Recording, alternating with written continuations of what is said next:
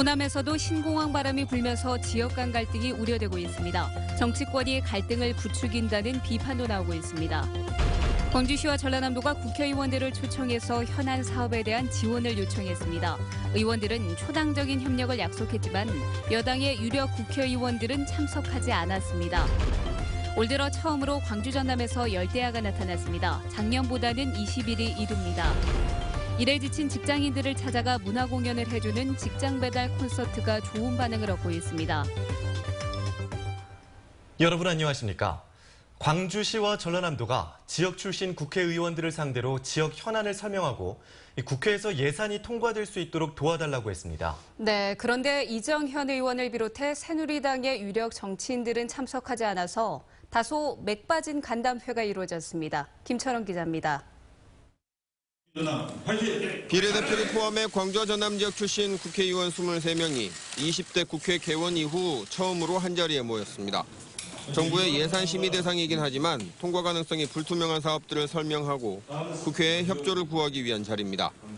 광주시는 자동차 100만 대 사업과 에너지밸리, 문화전당 활성화에 지원을 요구했고 전라남도는 부족한 사회 간접 자본 예산이 반영될 수 있도록 국회에 도움을 요구했습니다. 저희 광주의 가장 큰 현안 사업 중에 하나는 자동차 100만 대 곧 미래형 친환경 자동차 선도도시로 하는 일입니다. 목포 보성간 남해안철도 예산을 청해 그리고 농수로 확보 예산 이런 것들이 추경에 논의가 되고 있고요. 국회의원들은 지역을 위해 최선을 다하겠다면서도 지금은 시도 간 상생이 필요한 때라고 말했습니다. 본공항 이전 문제는 광주 전남의 상생 차원에서 풀어야 됩니다. 비례대표로 당선된 초선 의원들도 초당적 지원을 약속했습니다.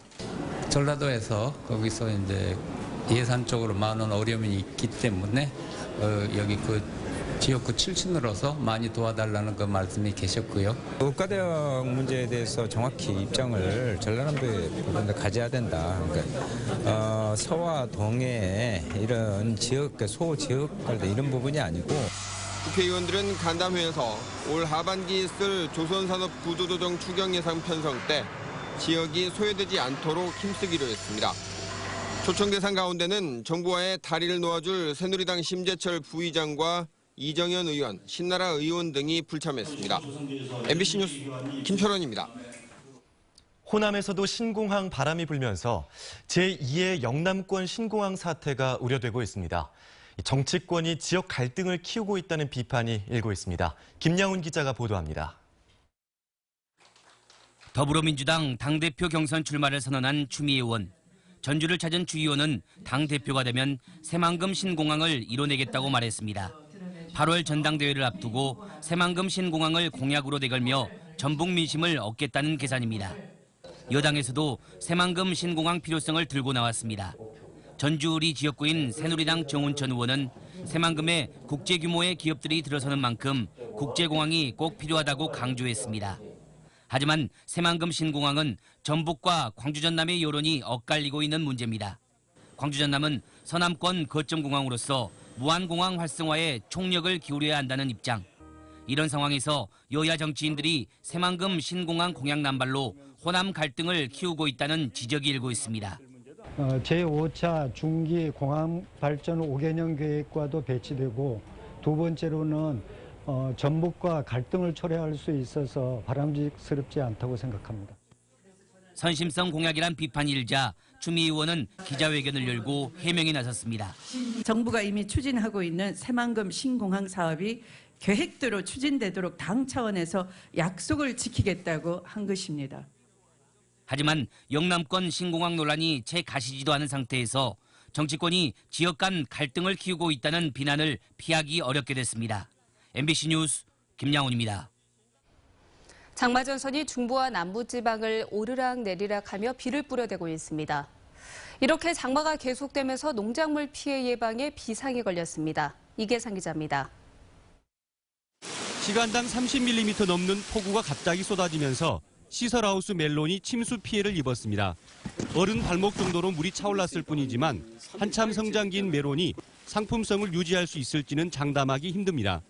뿌리 기능이 부실해져서 영양분이 열매 쪽으로 꾸준히 공급되기가 어려워졌기 때문입니다.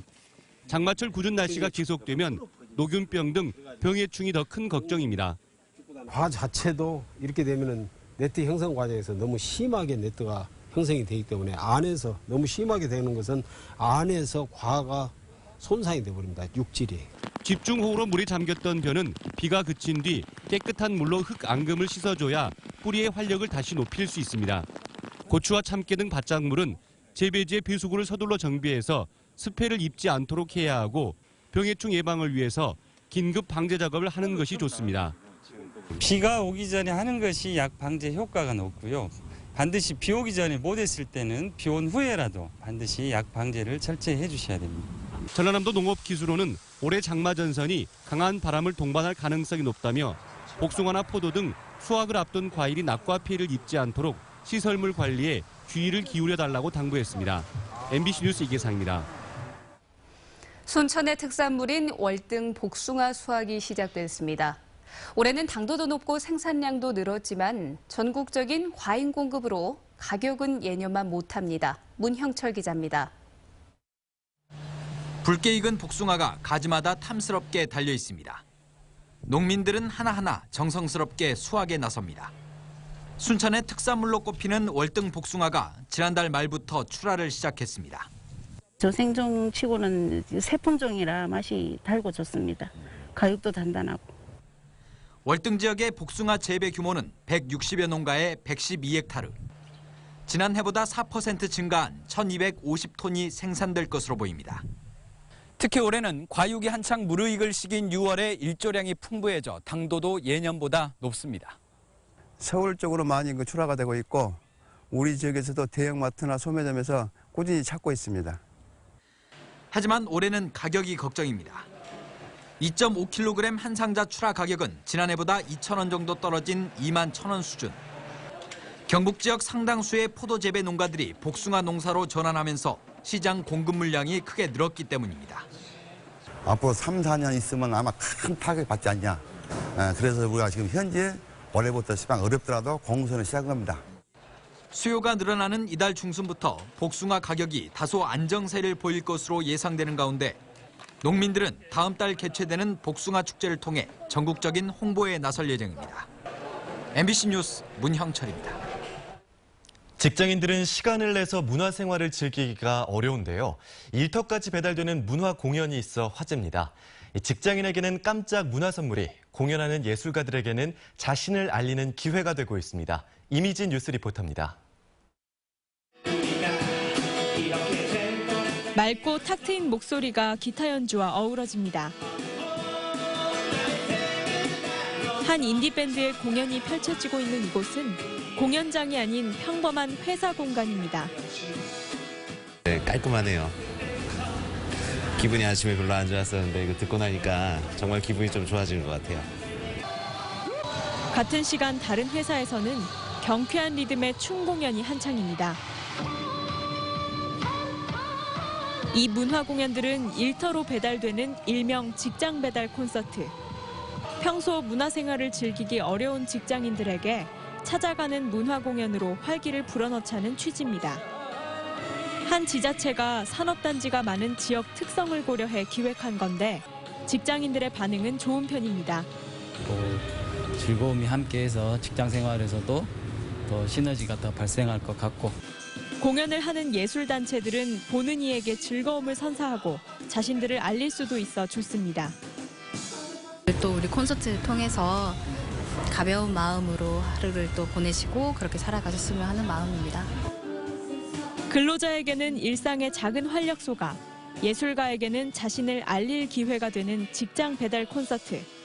사전에 신청하면 매달 둘째 주 수요일에 일터에서 다채로운 공연을 무료로 즐길 수 있습니다. MBC 뉴스 이미지입니다.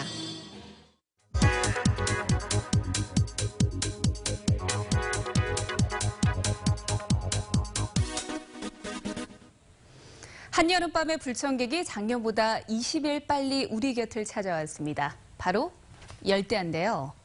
밤의 최저기온이 25도 이상인 날을 말합니다. 후텁지근한 온도 때문에요. 밤잠을 설치기가 쉬운데요. 자고 일어나도 온몸이 뻐근하고 또 집중력 저하, 소화불량 등으로 일상생활에도 영향을 줍니다. 이런 열대야 증후군, 어떻게 극복할 수 있을까요? 덥다고 냉수 마찰을 하기보다는요, 미지근한 물로 샤워를 하면 긴장과 근육을 풀어주는 효과가 있어서 수면 활동에 참 좋다고 합니다. 그리고 또 핸드폰이나 조명과 같은 방해물을 치우고요, 잠자리를 어둡게 유지하는 것이 좋습니다. 열대야를 피하기 위해서 선풍기나 에어컨을 과도하게 사용하면요, 호흡기 질환과 면역력 저하 등 건강에 악영향을 미칠 수가 있으니까요, 자기 전 잠들기 좋은 온도와 습도로만 맞춰놓고 주무시기 바랍니다. 당분간 광주와 전남 지역에는 최저기온이 25도 내외로 이렇게 예상이 되는데요, 열대야로 몸 상하지 않도록 건강관리에 더욱 유의하시기 바랍니다. 카드뉴스였습니다. 김병원 농협중앙회장에 대한 검찰의 수사와 관련해 국민의당이 공정한 수사를 촉구했습니다. 박지원 비상대책위원장은 오늘 국민의당 의원총회에서 최초의 호남 출신 농협회장에 대한 수사가 또 다른 별건 수사로 이어질 것을 심각하게 우려하고 예의주시한다고 밝혔습니다. 이와는 별도로 국민의당은 대변인 논평을 통해 검찰이 지나치게 광범위하고 편파적인 수사로 이번 선거를 부정선거로 몰고 있는 것은 아닌지 우려한다며 공정한 수사를 촉구했습니다. 광주시 교육청이 자궁경부암 백신 예방접종에 대해서 의무가 아닌 학부모의 선택이라고 밝혔습니다. 시 교육청은 백신의 안정성에 대한 학부모의 문의가 잇따르자 일률적인 예방접종은 반대하고 학부모의 선택권이 보장돼야 한다며 이같이 밝혔습니다. 정부는 초등학교 6학년 여학생에게 무료로 자궁경부암 백신을 맞도록 하는 사업을 추진 중인데 광주는 12,000여 명이 접종 대상입니다. 국립광주과학관 후원회가 창립총회를 열고 본격적인 후원 활동을 시작했습니다. 광주과학관 후원회는 창립총회를 통해서 지역의 과학문화 네트워크를 결집하고 과학기부문화 정착을 위해서 노력하기로 뜻을 모았습니다. 국립광주과학관은 호남권을 대표하는 거점 과학관으로 올해 1월 누적 관람객 100만 명을 돌파했습니다. 학교 밖 청소년을 위한 자유공간 모타불어가 광주 동구 학교 밖 청소년 지원센터에 문을 열었습니다. 한국마사회 레츠런재단이 후원한 모타불어는 청소년들이 함께 모여서 자유로운 미래를 열자는 의미로 학교 밖 청소년들의 학습과 문화활동 등 다양한 창의적인 공간으로 활용됩니다. 레츠런재단은 마사회 승마교실과 연계해서 청소년들에게 승마 체험도 제공할 예정입니다. 60항쟁의 도화선이 됐던 고 이한열 열사의 29주기 추모식이 광주 망월동 구묘역에서 열렸습니다. 추모식에는 유가족과 장희국 광주시 교육감, 전국민주화운동 유가족협의회장 등이 참석해서 고인의 넋을 기렸습니다. 지난달 9일에는 이한열 열사가 쓰러졌던 연세대 정문 앞에 열사를 추모하는 동판이 세워지기도 했습니다.